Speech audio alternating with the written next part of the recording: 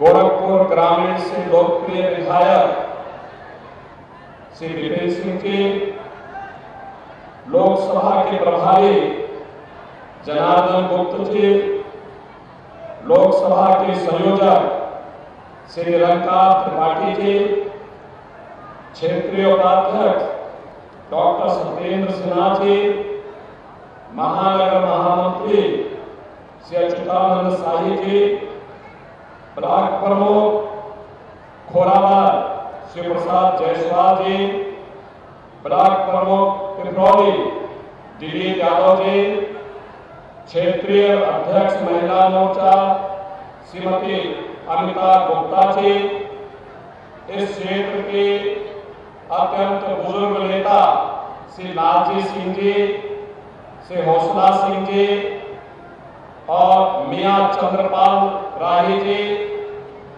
आज के इस कार्यक्रम में उपस्थित भारतीय जनता पार्टी के सभी पदाधिकारीगण,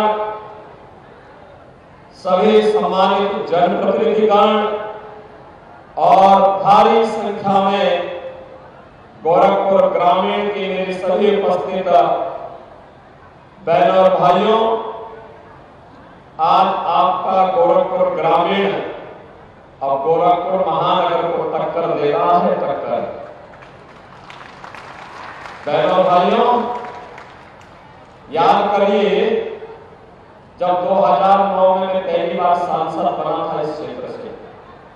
ये क्षेत्र पहले 2009 के पहले बांसगांव में आता था।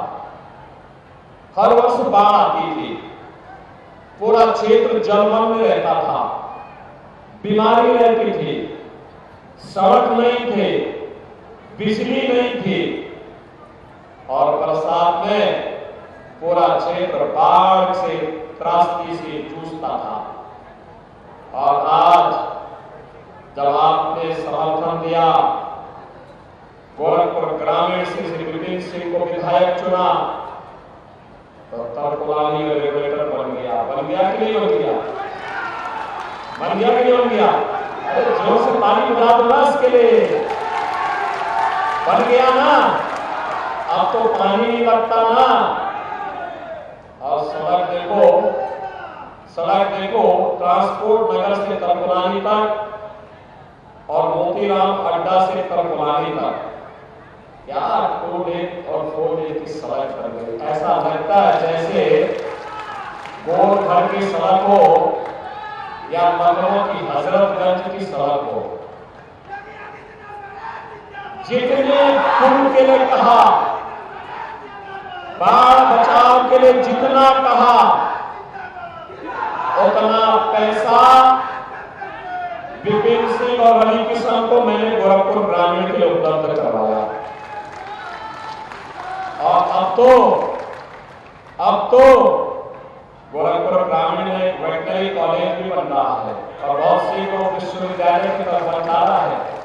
आप सोचो, गोरखपुर ग्रामीण विश्वविद्यालय, वेटनरी विश्वविद्यालय, यानी उसमें जितने गाय, भैंस, मुर्गी, बतख, हाथी, घोड़ा, गधा, जितना जीव जंतु है सबका उपचार होगा। उसकी उन्नत नस्ल को भी आगे बढ़ाया जाने का काम होगा।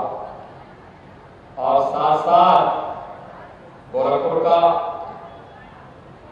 जू, चिड़ियाघर में तो गोरखपुर ग्रामीण में ही पड़ता है ना, देखा है ना कितने लोग जू में गए। आगे बढ़े सरकार, चुनाव के बाद मैं विपिन सिंह से बोलूंगा, एक बार यहाँ के लोगों को 3-4 सीट में ले जाकर एक बार चिड़ियाघर जरूर घुमाना। चाहेंगे ना? वो कितने लोग जाना चाहेंगे? जो सभी लोग जाना चाहेंगे। नोट करा देना उनको, सबको वहां घुमाएंगे, ठीक है? दूसरा, मुझे एक बात बताओ, गोरखपुर तो चकाचक हो रहा है, लेकिन अयोध्या कितने लोग गए? अभी यहां से बस भर कर जा रही थी, कितने लोग जा पाएंगे? चुनाव के बाद मैं फिर विपिन सिंह से, रवि किशन से बोलूंगा, गाड़ी भर कर एक बार अयोध्या फिर से दर्शन कराओ।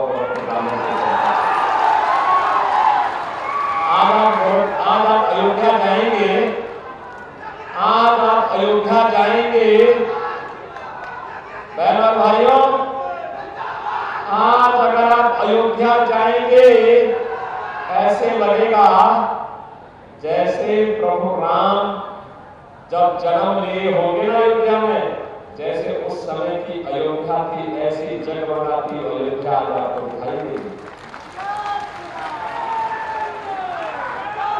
आप मुझे बताओ, अयोध्या में राम लला विराजमान हो गए, इसका पुण्य किसको प्राप्त होगा? इसका श्रेय किसको जाता है? बहनों और भाइयों, मोदी जी का नेतृत्व है, लेकिन श्रेय आपको जाता है, क्योंकि मोदी जी और योगी जी को ताकत आपने दी है। कमल चुनाव चिन्ह पर जो भी वोट जाता है, जो भी वोट जाता है, वह सीधे मोदी जी के पास और योगी जी के पास ही जाता है। अब आप देखो, एक वोट विकास भी करा रहा है और आपको पुण्य का भागीदार भी बना दे रहा है ना। आज आप कह सकते हैं अपनी वर्तमान पीढ़ी को और भावी पीढ़ी को भी, अयोध्या में राम मंदिर हमने बनाया है। बोलिए, वो बोलेंगे कैसे? कहना मोदी जी को प्रधानमंत्री बनाकर और योगी जी को मुख्यमंत्री बनाकर के हमने अयोध्या में राम मंदिर भी बनाया है और इस सड़कें बनाई है, स्कूल कॉलेज बनाए हैं, पुल पुलिया बनाए हैं, तरपलानी का रेगुलेटर बनाया है, हर घर नल की योजना का बना करके घर घर में शुद्ध पानी पहुंचाया है और माफिया को भी, मच्छर को भी समाप्त करके इंसेफ्लाइटिस को भी समाप्त किया है। बोल सकते हैं ना? बोल सकते हैं ना? बहनों और भाइयों, एक तरफ मोदी जी के नेतृत्व में देश का सम्मान बढ़ रहा है, देश की सीमाएं सुरक्षित हो रही है, आतंकवाद और नक्सलवाद समाप्त हुआ है, विकास के बड़े बड़े कार्य हो रहे हैं, यहां पे पुलिस ट्रेनिंग स्कूल भी बन रहा है इसी क्षेत्र में, इसी गोरखपुर ग्रामीण में, घोड़ावाड़ क्षेत्र में। बहनों भाइयों, और गरीबों के बच्चों के लिए अटल आवासीय विद्यालय भी बन रहा है, सैजलमा में बन गया है, गरीब और अनाथ बच्चों को हम पढ़ा रहे हैं, बाप अच्छी शिक्षा दे रहे हैं। और इस वर्ष गोरखपुर के हमारे बच्चे भी सेना में सैनिक अधिकारी बने, सैनिक स्कूल का उद्घाटन भी गोरखपुर में करने जा रहे हैं। बन गया ना इतना काम। अब तो एम्स भी है गोरखपुर में, फर्टिलाइजर भी, चीनी मिल भी, सड़कें चौड़ी, अच्छी ट्रेन, और मुंबई जाना हो तो 1.5 से 2 घंटे में आप सीधे प्लेन में बैठे मुंबई की यात्रा। आप में से कितने लोग हैं जिन्होंने रविकिशन की फिल्म देखी? पैसा देकर या फ्री में? चुनाव के बाद फ्री में दिखाएंगे आपको 100। आप में से कितने लोग हैं जो उनके साथ फिल्म में काम करना चाहते हैं, जिसमें आप नायक रहे वो खलनायक रहे? कितने लोग रहेंगे इसके? अरे नायक तो एक ही होगा, लेकिन ये सब काम या रामगढ़ ताल के किनारे फिल्म की शूटिंग भी हो जाएगी, फिल्म भी बन जाएगी। भाइयों, अच्छी सरकार जब चुनते हैं, अच्छे नेता को वोट देते हैं, अच्छी पार्टी को वोट देते हैं, देश के अंदर सम्मान बढ़ता है, सुरक्षा मिलती है, विकास भी होता है और गरीबों के लिए आप देखो 7 करोड़ लोगों को फ्री में राशन, 80 करोड़ लोगों को फ्री में राशन मिल रहा है, 60 करोड़ गरीबों को 5 लाख रुपए प्रतिवर्ष आयुष्मान भारत में मुफ्त में उपचार की सुविधा। और मोदी जी ने कहा है कि 4 जून को जब फिर एक बार मोदी सरकार बनेगी तो तो 70 वर्ष से ऊपर के हर एक बुजुर्गों को प्रतिवर्ष 5 लाख रुपए की उपचार की सुविधा उपलब्ध करवाएंगे। 12 करोड़ किसानों को किसान सम्मान निधि, 10 करोड़ गरीबों के उज्ज्वला योजना के कनेक्शन, 12 करोड़ घरों में शौचालय और 4 करोड़ गरीबों के मकान बन गए। अभी से मैं बोल रहा हूं, आपको भी, विपिन सिंह को भी, रवि किशन को भी, जितने गरीब बच्चे हैं, जिनके पास अपना मकान नहीं है, उनका नाम नोट कर लो। 4 जून को जब फिर एक बार मोदी सरकार बनेगी, उनको एक मकान उपलब्ध करवाएंगे। बहनों भाइयों, एक तरफ पूरे देश के अंदर आवाज आ रही है, जो राम को लाए हैं हम उनको लाएंगे। ये भी गोरखपुर की आवाज तो करनी चाहिए, बनेगी ना? अरे गोरखपुर से आंदोलन प्रारंभ हुआ था। पूज्य बड़े महाराज जी ने, महंत हरिदेवनाथ जी महाराज ने आंदोलन प्रारंभ किया था। उससे पहले महंत दिग्विजयनाथ जी ने आंदोलन प्रारंभ किया था। तो गोरखपुर का आंदोलन, तो गोरखपुर को बोलना ही चाहिए कि जो राम को लाए हैं हम उनको लाएंगे, बोलेंगे ना? आज मोदी जी के कारण 500 वर्षों के बाद अयोध्या में रामलला विराजमान हो गए। और बहनों भाइयों, आपके क्षेत्र में भी कोई मंदिर होगा, बड़ा स्थान होगा, उनकी सुंदरीकरण का काम भी होगा। अगर भवा पार में हो चुका है, इधर भी तो एक दो मंदिरों का हुआ है। तो कौन से मंदिर का हुआ? देवी जी का मंदिर था।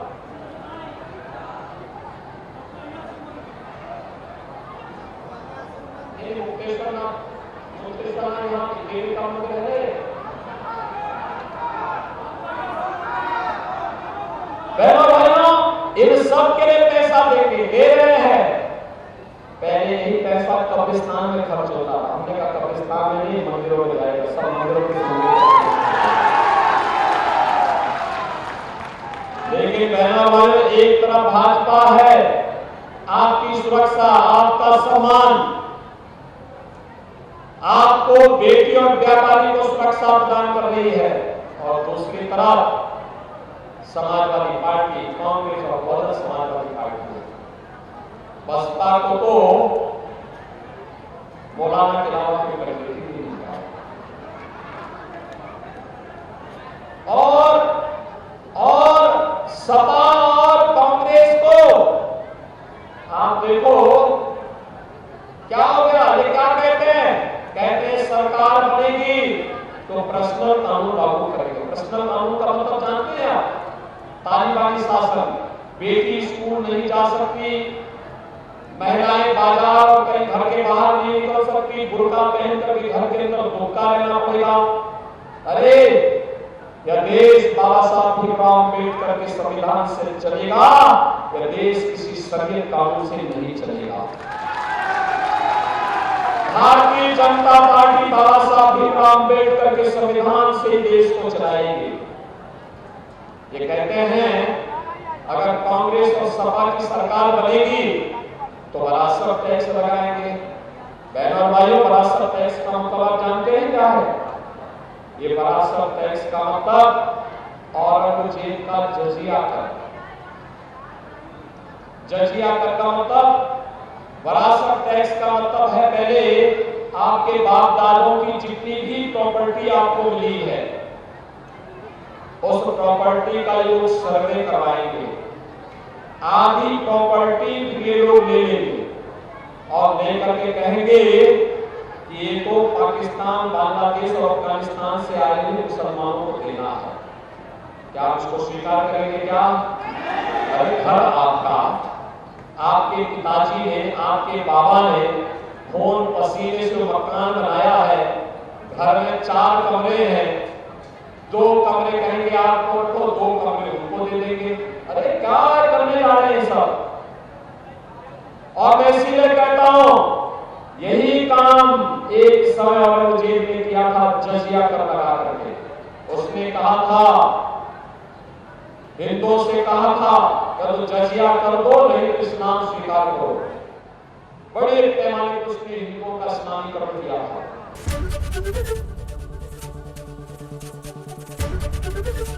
एबीपी गंगा, खबर आपकी, जुबान आपकी।